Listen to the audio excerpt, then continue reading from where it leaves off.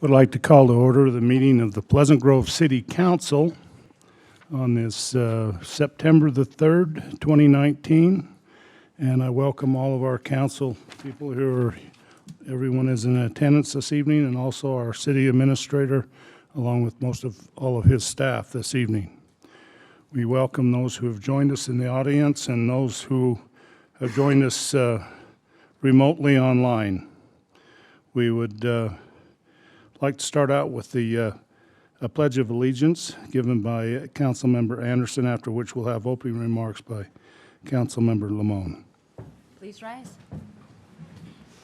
Repeat after me. Of the United States of America, and to the republic for which it stands, one nation, under God, indivisible, with liberty and justice for all.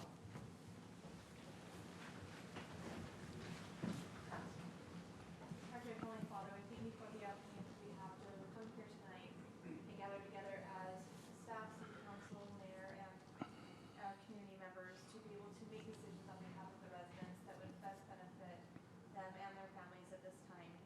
We thank you for the opportunity we have to serve and for the city and country that we live in, for our freedoms. We thank you for our first responders and for those serving our country at this time. We bless that we can go throughout the night with an open mind, open heart in regards to the decisions that need to be made on behalf of the community, and that we can be able to have civil discussion and respectful discussion in regards to the items tonight. We love thee and we thank thee for all the many blessings that we've been given, and we say these things in the name of my son Jesus Christ. Amen. Amen. Thanks to you who did the pledge and the opening remarks. We'll now ask for a motion to approve of tonight's meeting agenda. Can we just make sure we add an executive session on that as we approve the agenda for tonight? Mayor, I make a motion to approve tonight's agenda with said changes for the executive session at the end. I'll second. We have a motion and we have a second. All those in favor, say aye. Aye. Any opposed? Motion carries. Thank you. We'd now like to move to item number 5, our open session. We'd invite anybody who would like to come forward and address the council with any items you have in the community. I would make one thing: if you're here to address, we will be having a public hearing on one item this evening. If that's, we'd ask you to wait till that is there, if you're there to discuss what we have on that open on that item there today. So anybody would please come forward for our open session at this time.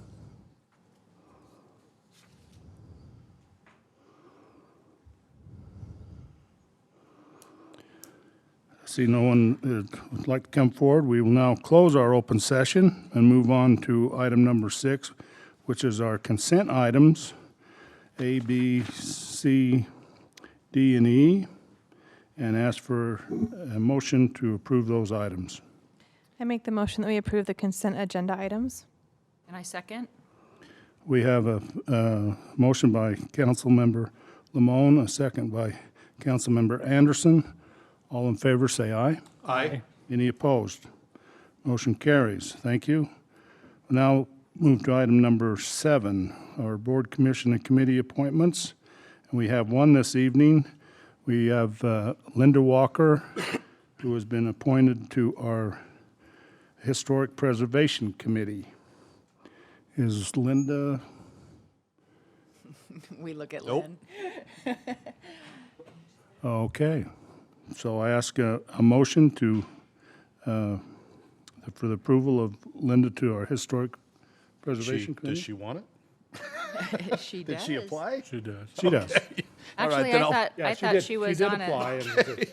All right, then I'll make a motion. Do you have anything to say? Well, I was just going to make the motion, but go Oh. ahead and make the motion. All right, I'll make the motion to approve Linda Walker to be a member of the Historic Preservation Committee. And I'll second it. We have a motion by Councilmember Williams, a second by Councilmember Anderson for the approval of Linda Walker and all those in favor say aye. Aye. Any opposed? Motion carries. Mayor, really quickly, we have Laurel Cunningham, the chair of the Historical Committee. Was Linda replacing anyone who left, or are you just adding an additional member? Perfect.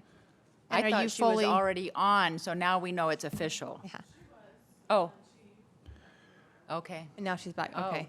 Okay. And so you're fully staffed and awesome. Okay. Thank you. Thank you, Laurel, for all you're doing. We do not have any presentations this evening, and we'll move on to item number 9 and ask for a motion that we adjourn from our council meeting and reconvene as the Board of Canvassers. So moved. Second. We have a motion, we have a second. All in favor, say aye. Aye. Okay, we are now convened back in as the Board of Canvassers, and we'll turn the time over to our city recorder for the latest and greatest update. Latest and greatest. I went down to the county today to watch how they did the canvas. It was pretty interesting, all the new equipment that they have and how quickly they can count, and it was just amazing. They did the recount. I just gotta figure out where I'm at. The new totals of the official recount result, they counted all the ballots that came through for Pleasant Grove City. So the final count, Sid Limon had 2,861. Eric Jensen, 2,540. Brent Bullock, 2,009. Dustin Phillips, 1,833. Alexander Carter, 1,610. Carrie Hammond, 623. And Aaron Spinhern, 605. And Kathy, just so the audience knows or anyone listening online, there was a recount requested by Aaron, the candidate, because he and another candidate were within 15 votes of each other. So if you don't think that every vote counts in local elections, it does. So recount, we canvassed the initial election results last week, but because of the recount, we had to canvass specifically these two candidates. But Canvassed everyone. Everybody everyone, was and then recorded. Yeah. correct, and then but those two, it didn't change the results, but every vote really does count for local elections. They were within 15, so. Yep. And the stats from before, there was like 110 ballots that came in that were not, they came in, a lot of them came in on election day. So that's something I'm going to have to promote, is that you can't mail your ballot on election day. You can has put to it in the be drop box at City can Hall, but put you it in cannot the put it in the drop box, post office but box. you can't, Okay. yeah.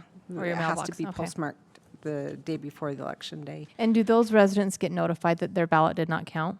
I'm not sure if they did or not. I don't remember them saying that, but Okay. I think so. probably not. But the ones that weren't signed and all that, they tried everything they could to contact the people. Okay. Thank you. And go ahead. I'm done. Are you done? Yes. Any other questions for? There's not any other items, and who would like to make the motion this evening? I'll make a motion that we adopt, resolution 2019-041, authorizing the mayor and municipal council sitting as the Board of Canvassers to accept the election recount returns and declaring and certifying the results of the recount for the primary election that was held on August 13th, 2019. We have a motion by, Wait, yes, if and you'll also read read number 2. declaring who The is board number hereby 6. certifies that candidate Carrie Hammond received the highest number of votes from the recount and declares her nominated to proceed to the general election.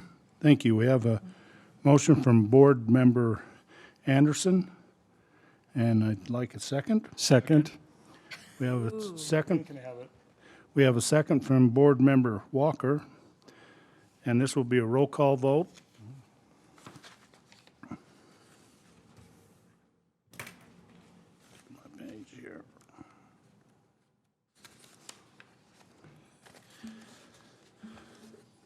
Board Member Anderson. Yes. Board Member Jensen. Yes. Board Member Lamone. Yes. Board Member Walker. Yes. Board Member Williams. Yes. Thank you. Passes unanimously. And that takes care of that business. And I would like a motion to adjourn from our Board of Canvassers meeting and reconvene as our city council meeting. So moved. Give it to Sister Ann. We have a motion from Councilmember Walker. Walker and a Second. second from Councilmember Anderson. All in favor, say aye. Aye. Any opposed? No.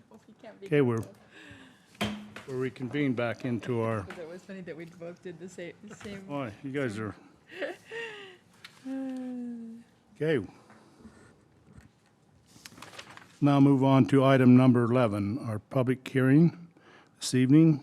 Public hearing A, public hearing to consider for adoption ordinance 2019-19, amending City Code Section 10-13D-3, Rural Commercial Overlay, RCO, Zone, Permitted and Conditional Uses by changing the conditions and requirements for the establishment of use 5811 restaurants as a conditional use and use 6519 other medical and health services, offices only, as permitted use within the rural commercial overlay zone, providing for effective date. And we'll turn the time over to our Director Cardenas. Mayor, Council, so it's good to see you. Scott says that still when he presents something, he has butterflies. I feel bad. No, I still feel them. It's been what, quite some years, right? We like you. No, but I get this even when I play soccer. You Yeah. know, it's just it's how excited I a get. good feeling, It's a good isn't it? feeling. It's an amazing sharp. feeling. Exactly. So, Mayor, Council, this item, as you mentioned, is for a code amendment. Our applicant is Jeannie Johnson. Jeannie Johnson. She manages Stonegate. Okay.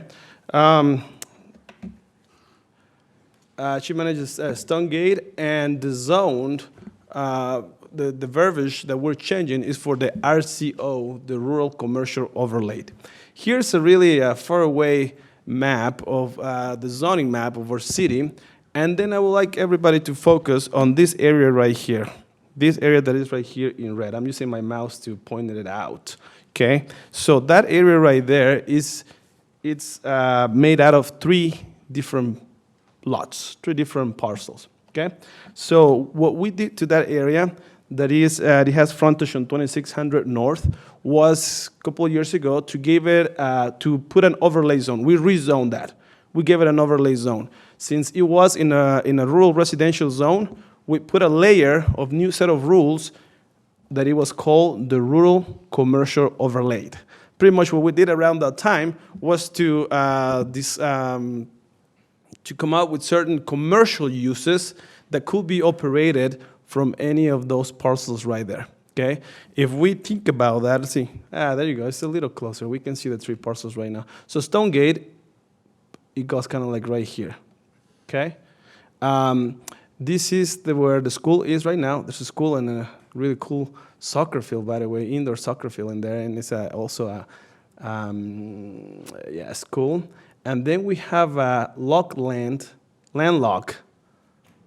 I'm allowed 3 mistakes. That was the first one. We have a landlocked piece of property that the city owns right there. Okay, but that piece of property has no frontage. The only way it can be developed is if it gets annex or something into the surrounding properties. Okay? Anyway, but that is where the layer of the, City owns what? that property right there. That's a future storm drain detention facility, regional facility You for know, storm drain. maybe if we go on the aerial view, there you go. We can take a look at it better. Okay? So, again, one lot is right here, the peak. That's the name of the school. Then we have Stonegate, and this is the parcel that I was mentioning, that it belongs to the city right now. Okay? So, what the applicant is proposing right now is to amend the list of uses that came out with the rural commercial overlay. That's City Code 1013D3 that has all the permitted and conditional uses that are allowed right now. Now, when the amendment, when we did the amendment, when we create this zone to apply to this, if I can say that, the main use was reception centers, okay? That was the idea. This place will be used as a reception center, this amazing historical building, and we came out with a couple more uses that were kind of like gravitated around the reception center. For example, we say, hey, the retail of gifts, it's okay, flowers and things like that, okay? And we also came out with because the basement was used for the school that now moved right here, we also came out with educational services being permitted, okay? So let me see if we can take a look at it. This is the list of permitted uses in the zone. It was, again, educational services, public assembly, dance hall, recreational and community centers. Again, uses that are very similar to a reception center. Now, what the applicant is proposing is to add two different uses, okay? Use number one is to use the facility for counseling services, kind of like, and the applicant, maybe you guys can ask him when it's her turn, she can come here and tell us exactly the details of this, but she's working with Underground Railroad programs with people who have been subject of human trafficking, and she's looking for opportunities for these people to come over there to that side and maybe, you know, take some counseling, some therapy, a couple hours, but only as an office building right there, where you go and take the therapy. At no point of the discussion, we talk about having the people living there or staying there. Okay, this is just kind of like where the doctor comes or the therapist comes, they go, they have the session, they're done, and they go somewhere else. Okay, so that's use 6519. It's called other medical and health services, therapy, counseling, offices only. Outpatient only, overnight stays are prohibited. Okay, so it's just, again, like a normal doctor office building, something like that. So this is the list of permitted uses, and the proposal is to include that use as a permitted use, okay? Now, we have also our list of conditional uses. In our list of conditional uses, we had bed and breakfast, candy, nuts, and confectionery. This is the retail of candy. We have florists, gift, novelties, other cultural, entertainment, and recreational activities. So the proposal is also to include a new use. And the new use, but as a conditional use, is 5811 restaurants. And it's 5811 and not 5810 because there are different classifications of restaurants. This one does not include drive-through or only a soda shop or something like that. It includes kind of like a little soda shops, or like or a McDonald's, something like, shouldn't say, but drive-through restaurants, okay? It goes a little high up. So that's the proposal. Now, why is it conditional? For two reasons. Reason number one, I think it's important to, when a conditional use is proposed, the neighbors get to come to a meeting and they get to know exactly what's going to happen and what conditions will be imposed on such a use. As we take a look at this, the overlay zone is in the middle of residential, of a sea of residential, right there. So I think it's important if someone is proposing to have a restaurant, for the neighbors around to know what's going to happen and how the impact can be mitigated. Already the Planning Commission came out with a couple of qualifying provisions, if we want to call them. So in order for someone to have a restaurant in a rural commercial overlay, three things should happen. Well, more than three things, but this is exactly what the code says. Number one, the site shall have frontage along 2600 North. I mean, that's it's a collector, right, Marty? Is that 26? It's a collector, so that allows for a little bit more of traffic, fluidity of traffic. Number two, a minimum of 2 acres shall be required for a restaurant site. That will stop the proliferation of any neighbor trying to come out with a small restaurant right there.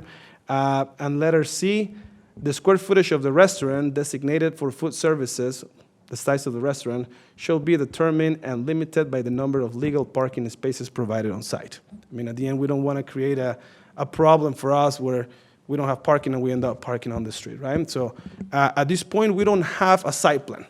We're working on the language because right now it's not even permitted. But eventually, when the site plan comes, we're going to work under those parameters. We got to make sure that there's enough, more than plenty of parking, so we won't create a problem. We need to make sure that it has frontage on a collector street and so on. So again, the application is to amend the code, number 1, to add therapy counseling offices only, and number 2, to allow the use of restaurants in there. Now, what the reason behind, I think I know it, but I think it would be very special for the applicant to explain exactly what she wants to do this and what could happen with the restaurants or what could happen with the therapy offices and stuff like that. The reason behind. So, that's what I have, Mayor and Council. Just a question on A, should it say the site shall have frontage along a collector? Or as opposed to a, Let me see. Yeah, it's, So, it's listed as in the overlay. I know, but should it say collector as opposed to saying the street address? Well, it's only applied on that. Overlay, okay, you're right. I did it like that to be more specific only to that parcel, right? Because if we Got go it. along that, there's not another one that's. Thinking if this is going to apply to any other parcel in the city, should it be required that it, Only to RCOs, right? Only to RCOs. and we only have one in the city? Okay. We have two, but yeah, the other ones, no, yeah. So we were very specific. Usually, we know we put some geographical limits when we want to be very specific of where we want to allow it. Okay? Okay, thanks, Daniel. My pleasure. It would, Jenny, would you like come forward and kind of enlighten the council on what you're doing? What your dream and your plan is there? I love it, yes. I'm Jenny Johnson with Stonegate, and for years I have just been so not obsessed, but close to being obsessed with Operation Underground Railroad and what they do in helping our sisters and children who are being trafficked. And I reached out to them about 3 years ago and said I would love to help with aftercare. I have a big, beautiful building that is extra special, has been extra special for over a century now, and feel like it's a place that could be a place of healing and a place of hope for women who have been trafficked and been through horrific things. At the time, they said we don't deal with aftercare at all. And in doing research, we realized that there's very few places, 33 places in the United States, 3 of which are west of the Mississippi that deal with trafficking, which is abusive to like the nth degree. Right now, the U.S. government thinks that they estimate there's between 800,000 to 1.3 million women and children that are being trafficked every day.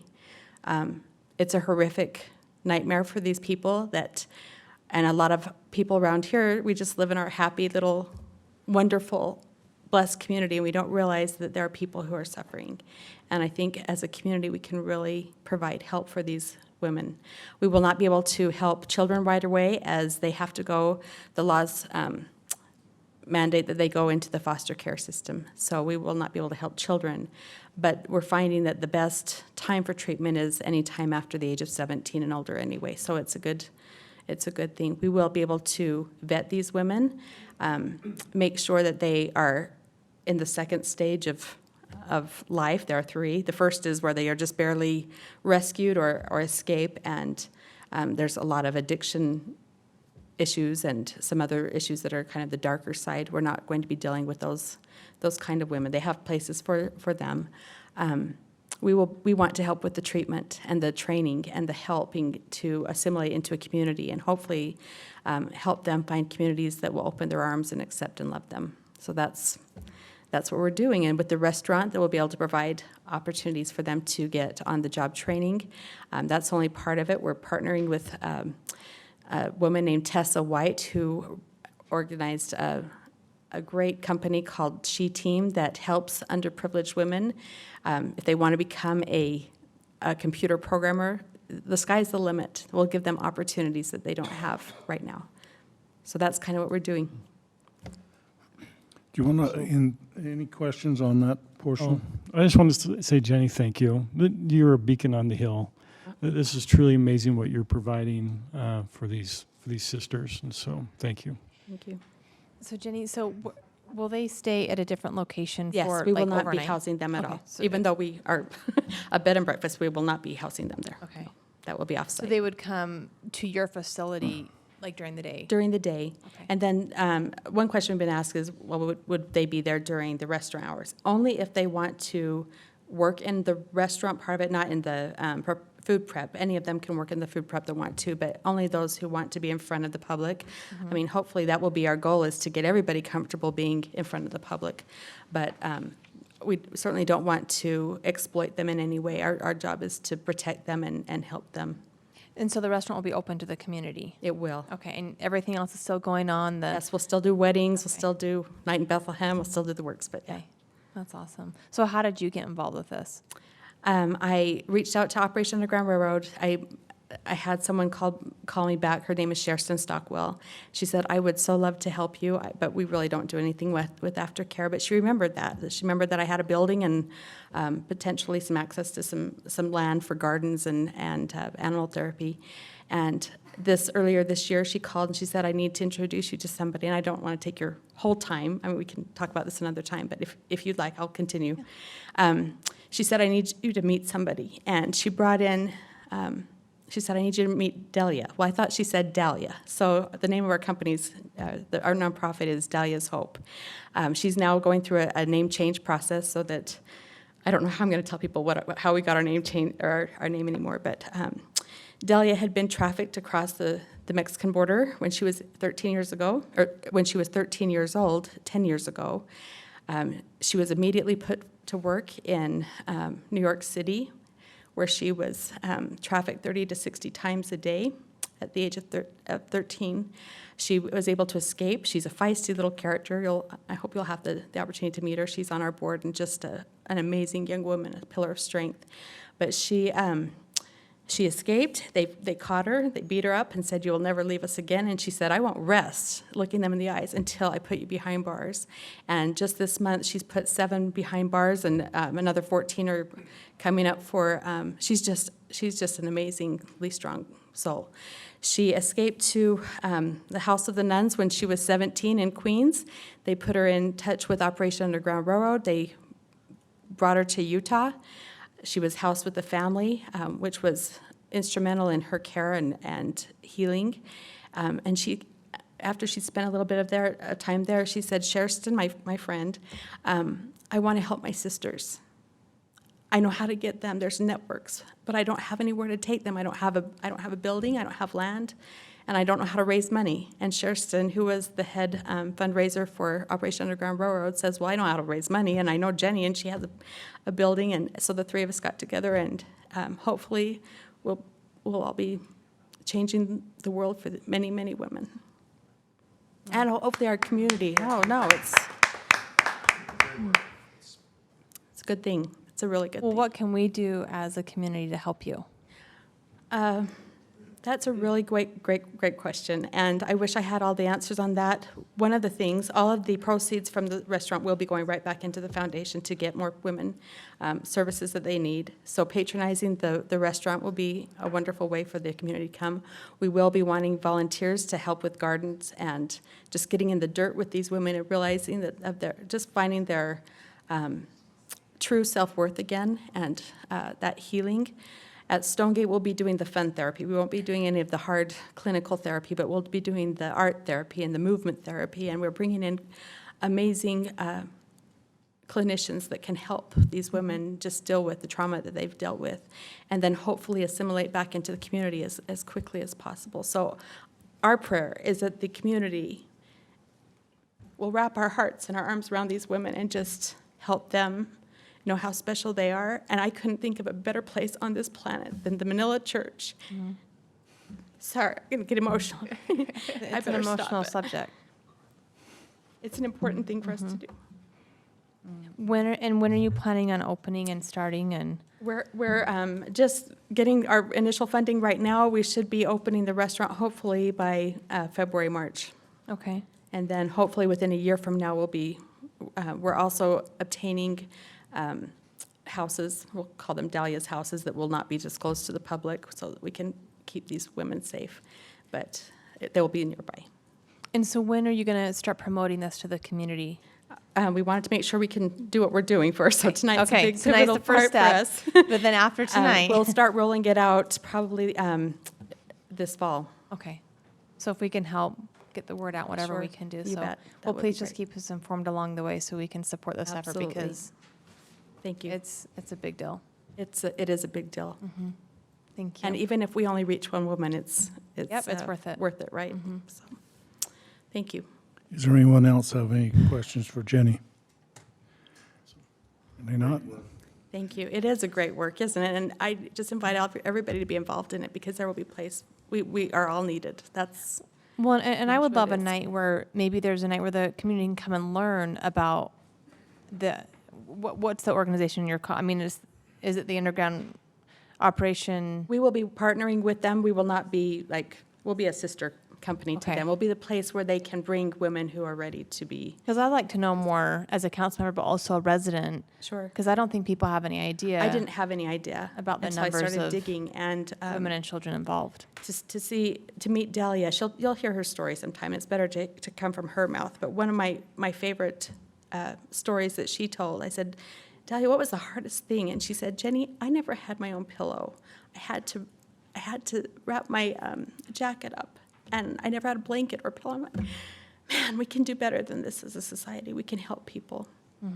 There's things that we can do, little things. Well, I'd love to partner with you if that's possible to have a night maybe before the opening, before Would you, love as you that. get closer to where we can have the community come out and learn more about what you're doing and how that ties into what's happening in our communities and throughout the nation with human trafficking. Because I don't think anyone knows. Because like you said, we're in a little bit of a bubble, and it's a nice bubble, but But we need to invite people but into we our need, bubble. yeah, and we need to figure out Yeah. what's really happening. So I'd love to work with you if you're open to that. I So. would love that. So Okay. thank you. Okay, thank you. Thank you.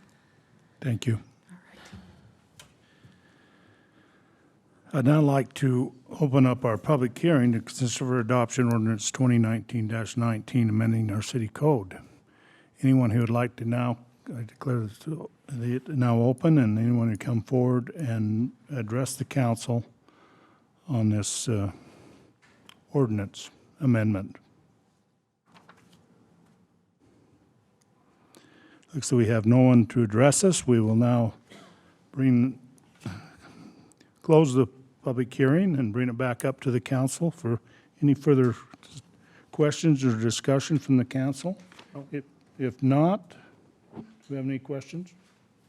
If not, I'd ask for a motion on ordinance 2019-19. Mayor, I make a motion for adoption of ordinance 2019-19. Jenny, now you got me emotional, Jenny.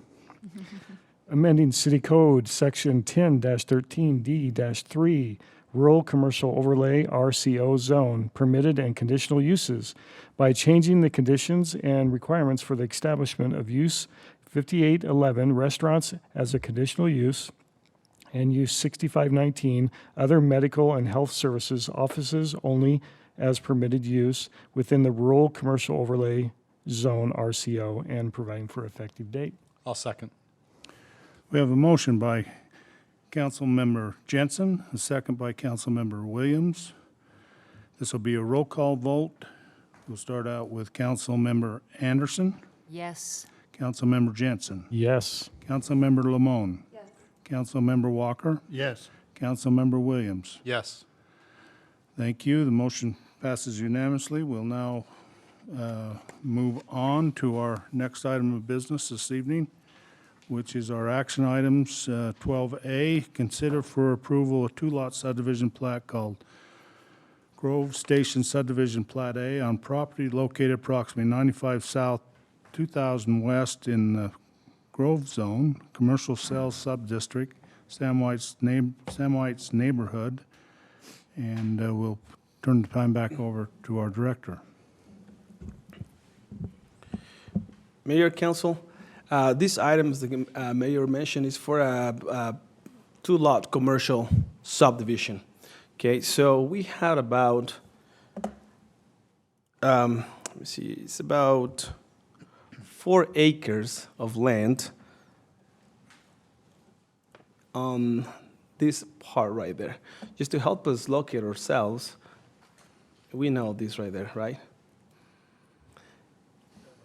Correct. So it's just kitty corner of Evermore right there. So we have about 4 acres, and what the applicant is proposing is to do a 2-lot subdivision. One lot, lot number 1 will be 1.23 acres, and lot number 2 will be 2.79. There is a 30-foot access easement going right here between these 2 lots, you know, because this road is North County Boulevard, so it's always better when we have one access for multiple lots. And that's the location of this. Again, it's lot 2 has 2.79, lot 1 is 1.23 acres, and the reason of the subdivision is because the applicant wants to further develop this, and I think it's the next item that we're gonna talk about. But for the subdivision, this item went to Planning Commission, and it received a unanimous recommendation of approval, okay, just for the 2-lot subdivision. That's what I have, Mayor. Any further questions for Daniel? If not, I'd ask for a motion to consider for approval for the 2-lot subdivision plat called Grove Station Subdivision Plat A. Mayor, I'll make a motion to approve the 2-lot subdivision plat called Grove Station Subdivision Plat A on property located at approximately 95 South, 2000 West in the Grove Zone commercial sales subdistrict. Second. We have a motion by Councilmember Williams, a second by Councilmember Lamone. All in favor, say aye. Aye. Any opposed? Motion carries unanimously. Thank you. We'll move on to our next item, 12B, consider for approval a site plan for food truck park and associated building on property located approximately 95 South, 2000 West in the Grove Zone Commercial Sales Subdistrict, Sam White Plain neighborhood. Director. Mayor, Council, this is a project really that gets me really excited. It's not just because it's food, but because any commercial development that we do right in this area, really, it's a step closer to our goal, I think. So the reason why we did a subdivision, as I mentioned earlier, is because lot number 1, 1.23 acres, the applicant would like to turn this into a food truck park, okay?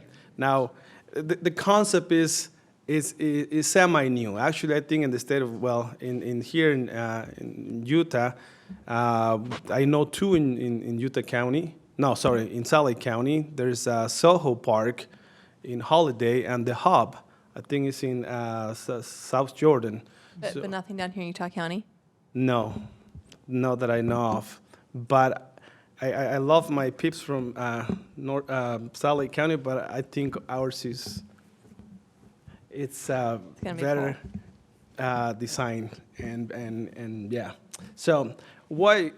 I mean, again, the concept is new, but what is exactly the applicant proposal? Well, the applicant is proposing, and she may have a better way to explain this, but what the applicant is proposing is in that 1.23 acres to do a place where the food trucks can come around and park and maybe plug into the power so they don't have to run that thing, the generator thing, and they can park right there, and then the public comes and they park in any of the 63 parking stalls, which is a big benefit for us because the other food truck parks that I mentioned suffer tremendously from parking. Yeah, they have a center location, but I think Soho has like 6 parking stalls total or something like that. They don't have that. The applicant is providing ample parking for it, and then right here you have some nice landscape area, and the trucks park around here,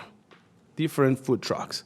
It's like they change every other day and I don't know exactly, but it's never gonna be the same food trucks. So they come and they park right here, so the people come at lunch, get into the site, park somewhere, walk, get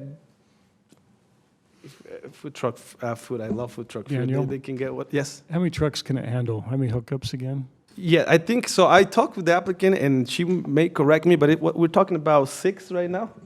7. So 7 of them. And again, they will park in this area. Now, there is a building there, okay? And I have a couple of images of the building. So the building, it tries to resemble a train station. I call it a farm, and the applicant didn't like it very much at the beginning. She explained to me in a couple meetings that is the concept of a train. It's a covered building. The building is about 46,000 square feet. 4,600. I say 3 mistakes, this is the second one, so we're still good. 4,500 and something, almost 4,600. There you go, I got it. 4,600 square feet of a building, okay? And the drinks will be served in there, so people can come, and here's the image of a food truck. But it's another one, buy your food, and then go sit on the, let's say it's snowing or something, or the sun is too strong, so you can go indoors. These doors completely opens up, so I think the concept is right there. And drinks will be sold inside, okay? So the food trucks won't sell the drinks, As far as I understand the business, yes, that they will not. and they'll buy the Correct. drinks here.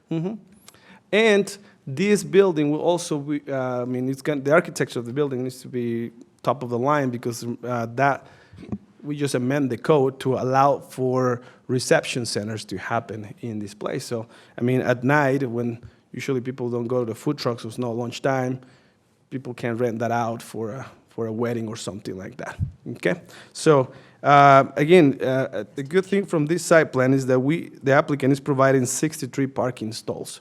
With 63 parking stalls, it's enough for during lunchtime, and if it's only functioning as a food truck park, to have about more than 200 seats inside. It's large, it's big.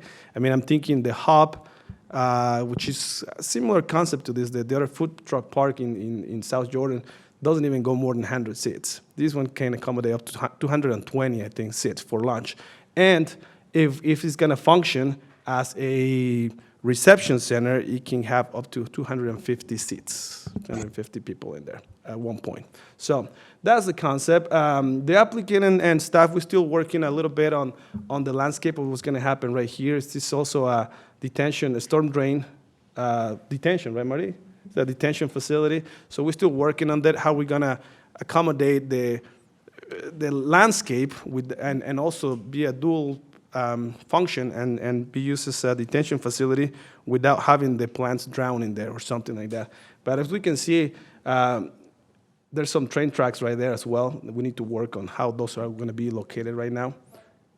Literally, or just like figuratively because there's a station? Like those are actual. Well, the proposal right now, they have literally some train tracks right there. No, they're going to be like, they're not there right now. Decorative. They're going to be decorative. They're not Union Pacific Railroad tracks. No. No. Decorative. I'm just I don't teasing. know. That's on State Street. I'm just teasing. I'm always too serious. I'm just trying to see if you're paying attention, Daniel. Okay. But I want to know there's Soho, right? The other one's called Soho. And the hub. What's the name for this? You guys ready for this? Yes. The Grove Station. Oh, I love that. Because this is a station, not a farm. It's a station. It's a train station. So it's the Grove Station. I love it. At least that's how we call it. Yes, the applicant's here. Wait, Daniel, tell me where, so the right in, this is a right in, right out. So where is my in? So what? You have to, give us a second. We're going to look into that. Okay. There's not a median right there. Well, there's not a median? Not right there. It's further south. I think looking at the overhead map, it looked like it connects into, there's a road coming off there. Yeah, but Scott, the north end there is our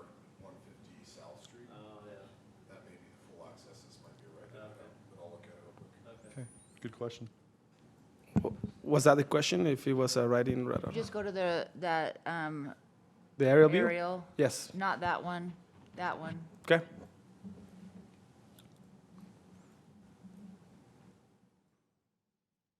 So the pieces on both sides are not yet developed. So, what you're saying that there's okay, not a it's full just right in, right access. out. Right in, right out. Right in, right out. Yeah, so the property south is owned by the Smith family, Robert Smith, if I remember right. Is this Pete's? LeGrand? LeGrand? LeGrand? Below the park, it will be Myron, and then Robert. And There's two parcels there, right? Is that what you're saying? Yeah. below, Okay. I don't have my, So this is, so, and then, then to the north is Hee Haw Farms. so is Pete's not, parcel? He's up at Center Street. He's up Yeah, higher. he's further up there. Oh, I see. So all of this is this is Smith property right now? yes, and Smith property, right? That's Okay. everything in blue, All right, our piece. okay. All right, so we do have, It's LeGrand and Marshall's property. okay. Well, it's very nice to have you here. So right in and right out in the same driveway? Okay, Yeah, it's a shared access for the, let's go back to the, I think we can see that in the site plan, yes. So it's a shared access for the food truck park, and the future development in the north is gonna be the same access right there. and this is going to only be on this, On the 1.23, the one, she's not going to own the, okay, So they're subdividing it. Haven't taken that bottom. separate Okay. owners. Okay. Okay. Any other questions for Daniel? did I answer the question about the train tracks? Yeah, I was just, Okay. Yeah, trellis is probably a better word than Okay. train track. I was just using you. A trellis. Trust, that's number 3, there you go. I We use them will all. not have any taco food trucks there, is that correct, Daniel? No, hopefully they have like, No, hopefully they have 5 of them. I was wondering about that, Mayor. No, out of the 6 food trucks, only 2 of them can be taco. Still have your taco truck? Yes. Okay. Out of the 7, because they're gonna be 7 7. food trucks. Yeah. I think it's a brilliant idea. And you know what? Someone was asking me earlier, in if eventually if this could function as a reception center with food trucks, and yeah, it could. Like I say, it's dual use. Sure. So I'm excited for the concept. I hope It's- it really works. I think this is a great idea. And We'll do what we love- can. Yep, love to have it in the city. It's a new concept, and as I like to say, Pleasant Grove's always ahead of the curve a little bit on. What's this type of the uses. start date for the building and everything kind of going? We don't know yet because we don't haven't. We're right now at the site plan process, and eventually we're gonna jump into the structural. Okay, so we're still a little ways away. Site plan and then. I'm the gonna building keep you permit. guys updated on that with the rap sheet. But Okay. the applicant is right here, and she can Okay. tell us a little bit more about it. Correct. Thank you. Does the applicant want to say anything? Anything else for Daniel? We'll have her, would you come forward? I think I missed the- a couple of images. Just Oh, you still, well, there you go. It's just images that I missed a little really bit. nice. Usually a drawing never like tells you exactly how the building's gonna look, but it's a train station, not a farm. So by the way, so they can only be there for, what is it, 24 hours? No, 48 hours, and then they have to change out the food trucks. We do have an ordinance about how long food trucks can stay Yes, we in do. town. Does that affect this? business No, plan, or- because that ordinance is only if the site wasn't improved, and this is fully improved. Oh, you're right, because they can plug in. That's Yeah, right. exactly. We did that on purpose, like we knew that they needed to plug it in. This is brilliant. This is Why the way didn't we we want it. think about this earlier? Please come forward.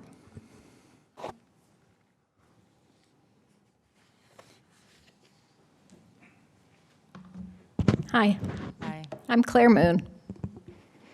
Do you have any questions that I can answer? Did you think of this? No, it's done in other areas, other cities. There's, 2 in Salt Lake County, and then In But had you- traveling is when I really saw it a lot and thought we could use that in Pleasant Grove. Yeah. You know, it's been fun to watch because we've tried to do it in the downtown park. We tried to do it up at the pool park. They were just so successful, but people needed a place to sit while they were eating.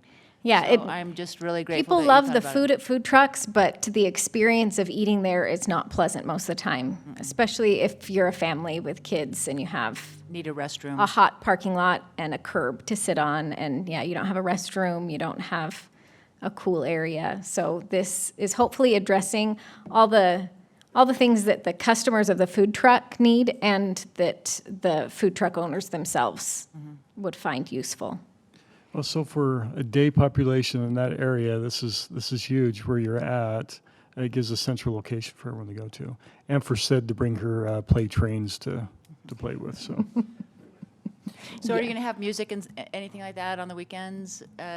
Yeah, we will see. We'll try and do events and themes and So I don't know if you've been to Los Dos Compadres, which is over there by Smith's. There's a guy that sings on the weekends. His name is Danny Torrientes. If you can get him on the other days a week, I'm just going to follow him wherever he goes. perfect. Anyway. Yeah, Look forward I'm to it. excited. This is awesome. Yeah. Thank you. Thanks. I think we don't have anybody opposing it. No. Mayor, I'll make a motion. Thank you. I'll make a motion to approve the site plan for a food truck park with an associate, that was one we're doing? Yes, that's the one we're doing. A site plan for the food truck park and associated building on property located approximately 95 South, 2000 West in the Grove Zone Commercial Sales Subdistrict. Second. We have a motion by Councilmember Williams. Do I have a second? Second by Councilmember Limon. Lamone. All in favor, say aye. Aye. Any opposed? Motion passes unanimously. Thank you. That concludes our business for this evening.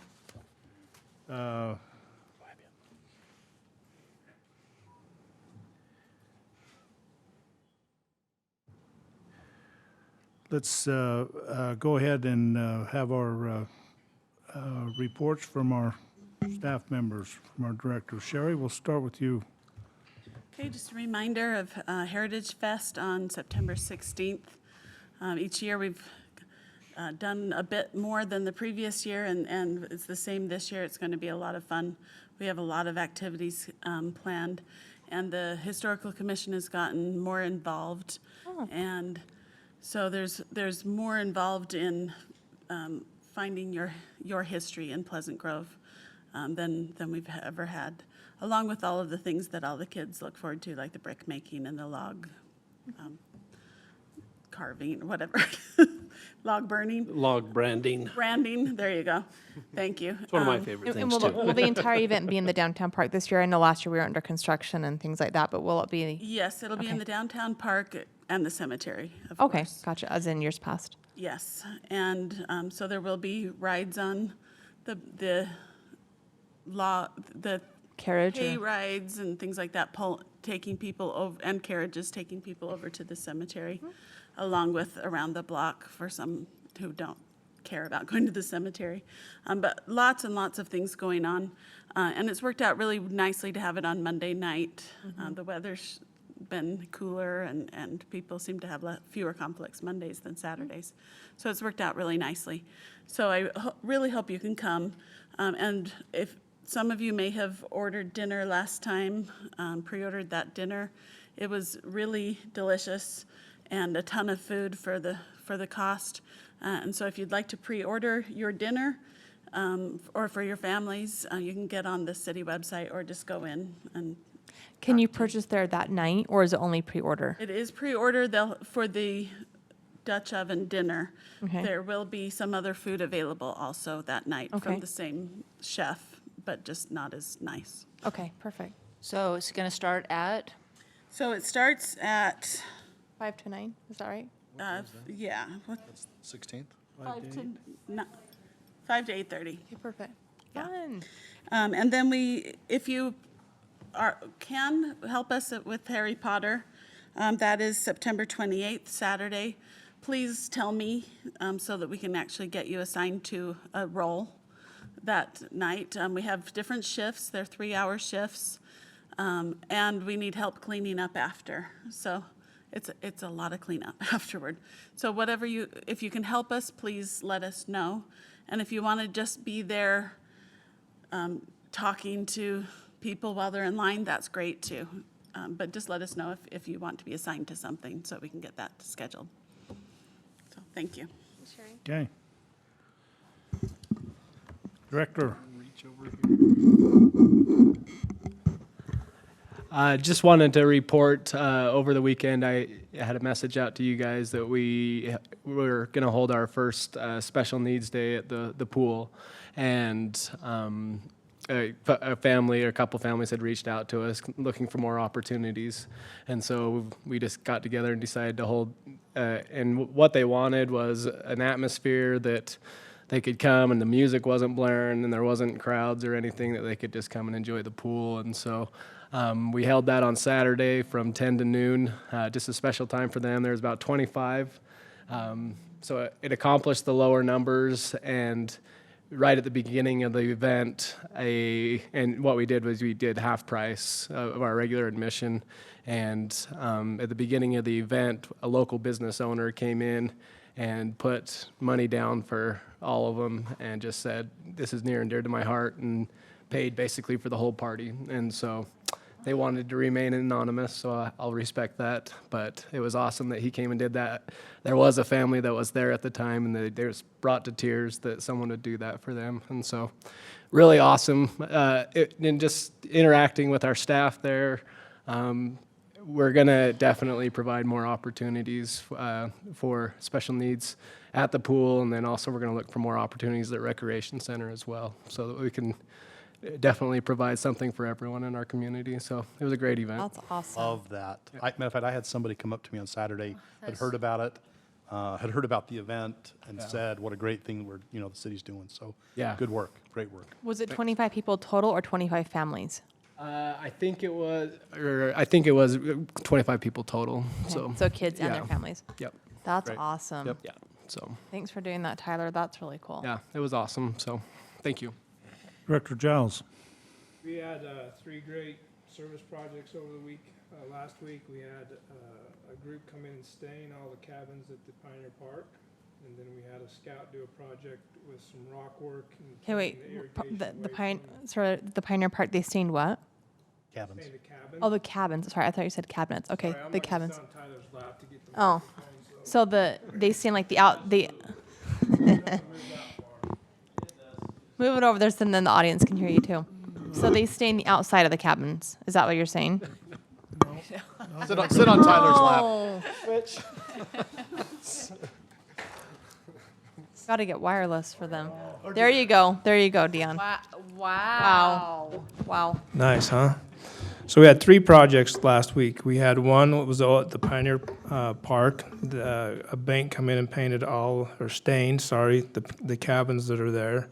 Cool. On the exterior. The exterior. What?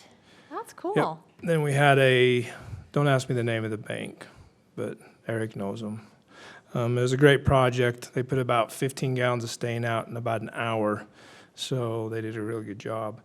We also had a scout that pulled all the irrigation and did rock work around the cabins so we don't deteriorate the cabins any faster than we have to. And then we had a family and some neighbors go up in the foothills and clean up from Battle Creek to Grove Creek. So 3 great projects last week.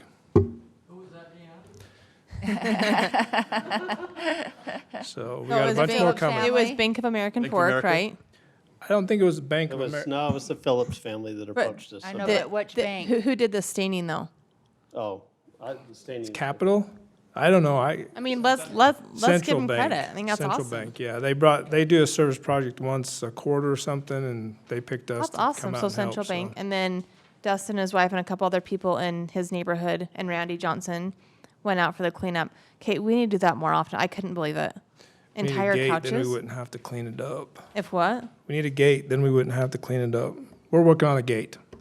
So, I could not believe that the stuff they hauled out. I know. yeah, they did a one big dump truck truckload. full of stuff, so So thanks to Randy too, and Dustin, his friends and family for that's awesome. that's all I had. Thank you. That was Thank you. worth the walk. Chief Thomas, welcome back. We missed you last. Thanks. It was nice to be away for a little while. Whoa. Terrible, Well, doesn't it? okay. It was nice to have a little bit of a break. But I'm sorry, I don't have anything for you this week. And we welcome the young Chief Roberts here this evening. Thank you, Sean Nielsen. The police department will be hiring a new officer pretty quick. Are we losing someone or? We did have Corey Russell come in and resign. Oh, And so the hunt is on for a new officer. okay. So that's all we We got. looked at Orem. As a sorry. matter of fact, we have. There's a lot of Sorry. good candidates over there, and we There may be are. reaching out to them. 24 of them, I think. Okay. Thanks, John. You're welcome anytime here. So anyway, so Chief Thomas, really quick, burn window for fall is September, was it the 7th? 13th? September 15 15th. through October 30. Okay. And same process as spring, Same just thing. get online, and Just that's available? Almost the easiest way to do it is just Google Utah burn permit, and it usually pops right up. Okay. Select the city, and and this is the most important part of it. If you go there on a day that you want to fill out an application and you cannot fill it out, there's something wrong, and that wrong is usually that the conditions are not appropriate or you're outside the burn window. So only if conditions are correct and things are right will allow you to The fill out a stars burn align permit. and then you can get your permit, okay. So once you're done, then you're good to go. Okay. Layton was on fire today. It was Bountiful and Layton. Everything is dry. Keep your Yes, fingers crossed. This is a scary, scary time. Speaking of fall cleanup, Scott, were we able to get with Denise and Marty on numbers for a possible fall cleanup? Yeah, Denise is still working on that, and she's gone for the next couple weeks, so. Let's stay on that, because, I think that'll help. We had a couple residents complain about, kind of garbage and people's. I think it's very, very doable. I mean, we'd be looking at mid-October. We're kind of, when the leaves have fallen in some ways. Yeah, that's a good idea. I like that. So that it's not too early. So but- it's not too late though if we want to, we could still get it in for this year. Yeah, I think so. I mean, and part of it is just dependent on how, if we're going to do one day or whatever. I mean, usually we do almost all week for the spring. But I think we could maybe do a lesser time to save some money and some man hours and things like that. But could we get those numbers by next meeting? So if we do decide to do it, we could at least start getting the word out. Yeah, we should be. I mean, where we're at with our fund balance and the recycle and the solid waste, I don't think financially it's going to be an issue. It's just a matter of getting it. And I think that's a great use for those, I don't know, for those funds if we have that, that money that Oh, yeah. needs to be expended. So. Oh, yeah. Okay. Thank you. Kyler, anything for? I'm good. Okay. Scott, do you have anything else for us? this No, evening? sir. Whoa. Nothing? Well, I covered it all 2 weeks ago when Eric gave me this big, huge list, so. That's right. I don't have anything to talk to you guys about. Tina, Well, there was a little attitude there. Eric and I have discussions every day, so there is a little back and forth between the two of us. We're good. My report will be in executive session, Mayor. okay, thank you. Marty, Just general report, all the projects are moving along, working on a final walkthrough on Walker Tank. So if you ever want to drive by there, it's getting close. Sod's in. At least half of it was in when I saw it last week. And we'll probably hold a final on that this week and then give them a punch list of items. So it should be done in a couple weeks here. We should be all finished up with that. Third East, if you've seen it, is we've kind of got the first half done from Second South to First North with the kind of the repair. All of the water line is in. We're still working on a storm drain crossing that we got to get in, and then just final kind of finish up there and overlay. So it's an overlay, it's not a total reconstruction? That's correct. Okay. Yeah, but there will be a paving fabric placed down between the two layers. We did a widening. We wanted to make sure we got a certain cross-section, a repair of any areas that we were concerned about, which we've done that and are still doing that north of First North, and then a full overlay on that new width that we're looking to do, so. How far north do we go? Fifth North, All the way to Fifth? yeah. Okay. Second south to Fifth North is what the, But we didn't have to do water or storm drain up that way, that's what, only to Second North. okay. So from Second South to Second North was the water line. We did some fire hydrant repairs, replacements north of there. We're doing some storm drain work north of there as well, on a crossing and a few other things, so. But yeah, that's the extent, the water line stopped at Second North, and that was the major portion of that joint project, so. So will we gain some more sidewalk and curb and gutter at the school on Third when they finish next year? So yes, we're working with the school district, so they've moved forward with the building side of things. We've also got a site plan that works on First North, for example. Currently, the sidewalk that extends into what will be the back of the school now will be replaced back out. So we've accommodated some additional ADA crosswalks at that intersection of First North, so it'll provide for a better access into that site. There's a few locations that we've put in some ADA ramps that coincide with existing ADA ramps, but the whole road as a whole was not planned to put in curb, gutter, sidewalk, and expand the pavement to that full width. That would have tripled our budgets to do that. So we were mainly focusing on the water line, the road repair, and widening to what we felt we needed to get at this point, and then replacement of some poor sidewalks. We've got some areas that we're replacing sidewalks that were really busted up, and a few things like that. But yeah, it's not a full install of new sidewalks or anything like that. Okay. Any other questions for Marty? Oh, when are they going to stripe First East? First East, I believe on the 12th is what their date The is 12th? scheduled to, so it's a week from Thursday, I believe. Oh, it seems so far away. So We're already in that's September. honestly, we called and tried to get some striping done too, and we were told we're about 3 months out for our striping schedule. Everybody's so busy now. Hopefully that's not the case, but I know that they had to schedule these stripers about a month ago to get them on the schedule, and that may be a reason for one of the delays of getting that done, not this week, but next week, because that's when they have people available to do the work. But it's supposed to happen next Thursday. It'll take probably, they said, 2 to 3 days to stripe the entire road with what they're doing. We'll also be doing some striping. We've kind of teamed to do a little bit of striping on 1800 North, refreshing some of that up. Now that the road's widened slightly more, we have to do that to better align that intersection. A little bit more on 1100 North to tie that in as well. So there are some tie-ins to what we're doing as well. So Marty, I think I already asked you about North County Boulevard, not North, Pleasant Grove Boulevard on the restriping. I think. yeah, that's what we're working on. Okay. Again, that was we're trying to find somebody that can get to it sooner than that response we got. But that is the one, that and 1100 North at 6 West and 13th West. All of that will happen at the same time with the same striping company is what our intent is. And some on 3300 North as well that we'll be getting to, so. It was just nice that they tabbed it. Once they tabbed it, it was, people kind of were like, oh, okay, this is where I'm supposed to go. Tabs aren't ideal, but they're a temporary Yeah. way to get through. I've driven them many times. It's not that confusing. No. So hopefully people will be a little bit more patient on that, and we'll get through this next week, and then it'll be all striped and should look really nice when it's all done, so. There is still more work being done. I know that their concrete crew is coming in this week, so there's a lot of people, well, what about this? Why did they leave this undone?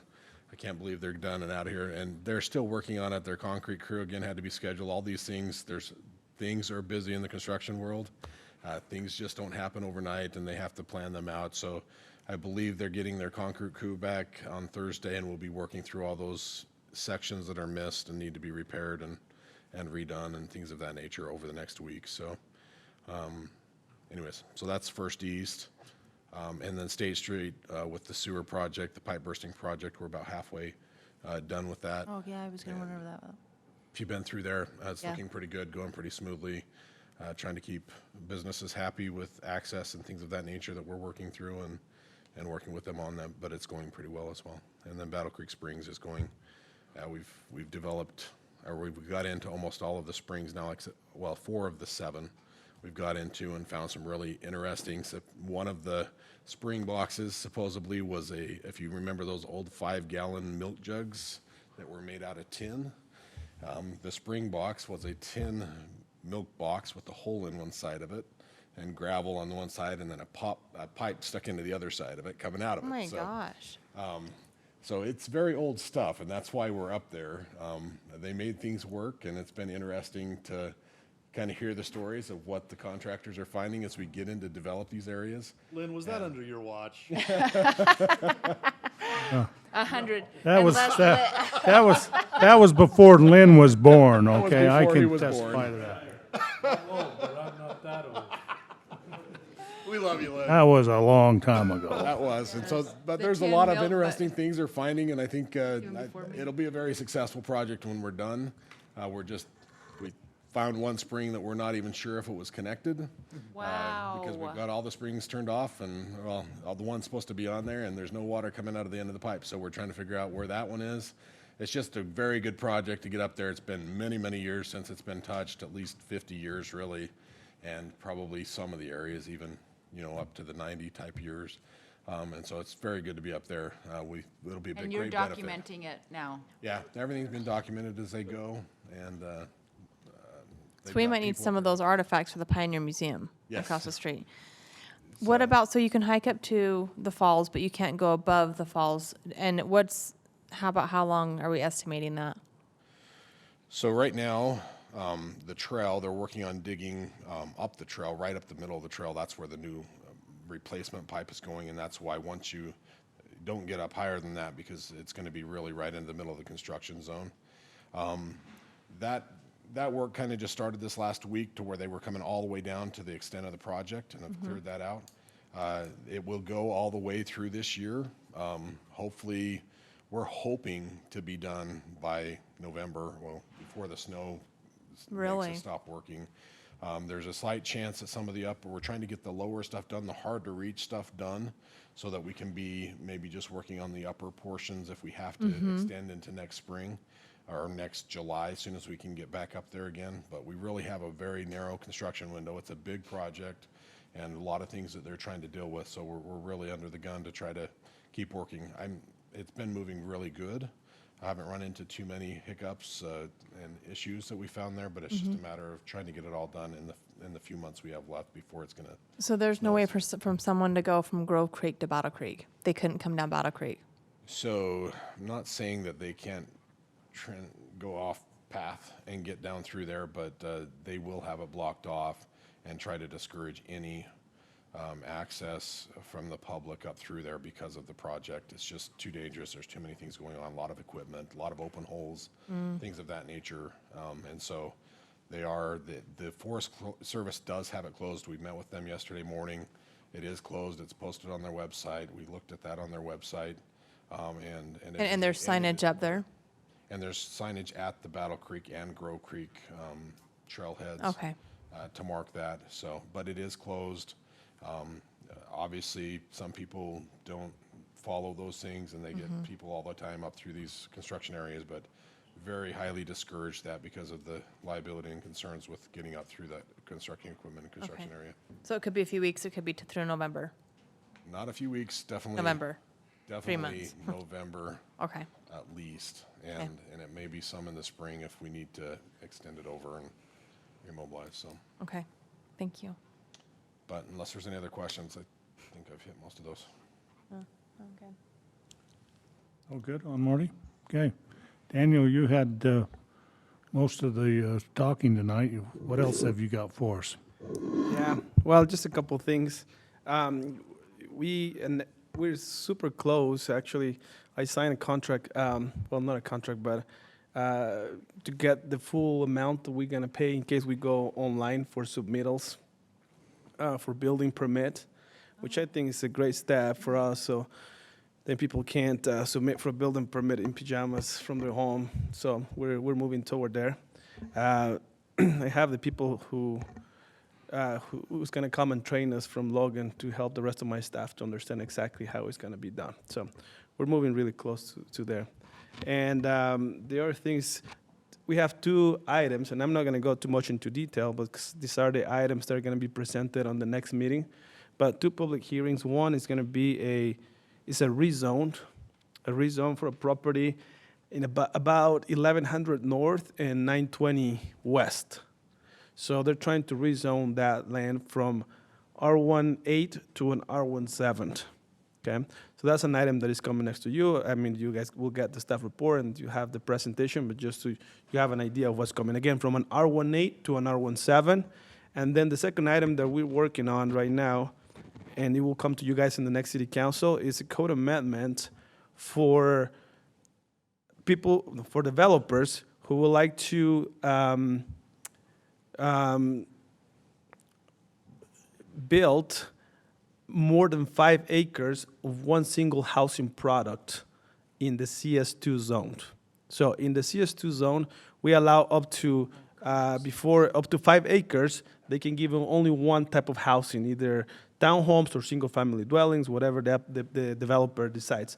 But that's the threshold. After that, we need to master plan that community, and it needs to be a mixed type of housing. It needs to be mixed out. So what the applicant is proposing right now is to do one type of housing and pass that threshold from 5 all the way to 8 acres. So what staff is working right now is we're working on requirements, and we're working on trying to get some qualifying provisions for someone to go beyond that threshold. So that's another code amendment that will be in front of you guys next city council. And it's already been approved by the planning commission, right? We're working on it. Working on it. Okay. We're working on it. Okay, great. Thanks, Daniel. Okay, Scott, do you want to enlighten us on anything what will on our September city council meeting? Yeah, I mean, Daniel covered the 2 planning items in our work session. We've, the school district, Rob Smith, has asked to come and update the council with what's going on with them. So that will be in our work session. That's all we have right now. Okay, thank you. Sid? No, I don't. Really? We all, what? Sid just needs to bring her dollar for tomorrow. I agree. Eric? Sid I won't be there. have 2 items. And the first item is for this Thursday. The Chamber's having a luncheon, and physically, everyone that's in this room is invited, right? Lunch, you'll be provided lunch. Cameron Martin is going to be the speaker. He's the VP of Communications for Utah Valley University.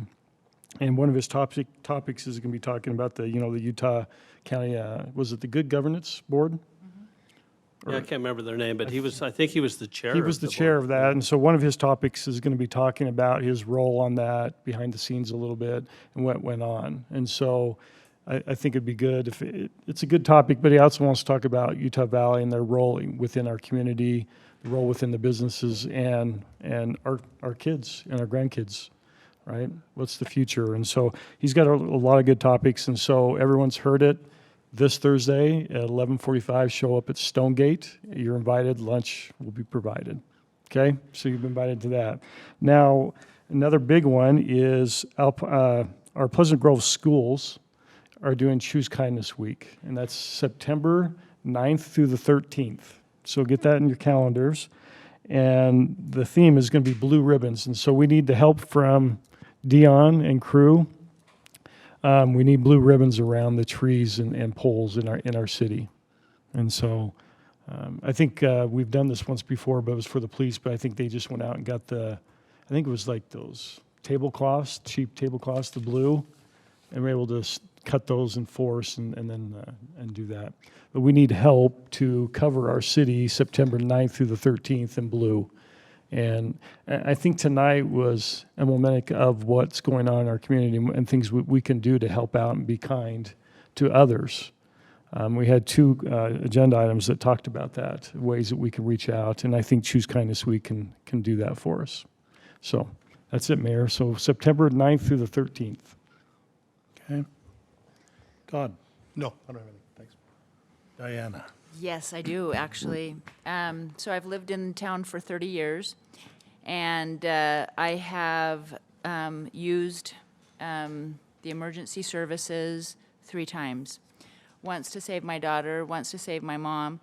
And this week, my husband, who is 6'4", weighs 250, went down at his office, tweaked his back, excruciating pain, and I'm not big enough to pick him up. And there's that moment where you just say to yourself, I need some help. So I called dispatch, and very professionally, they talked me through until, and I don't know what is the company that Whatcott is that company C? I don't know what you call them, whatever.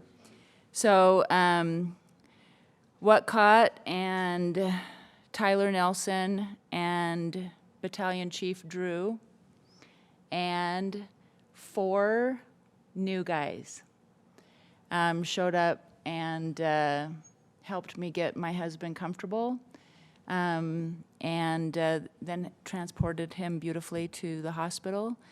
And, you know, I'm just very, very grateful. First of all, how delightful to have good friends show up, and then to have them be very professional. And my husband's fine. He, anyway, but there's just that moment when you're just so grateful that you have services. So that was my moment for the week. And I'm gonna make my husband lose weight. I can't pick him I up. wouldn't complain about 250, okay? I think he's all right.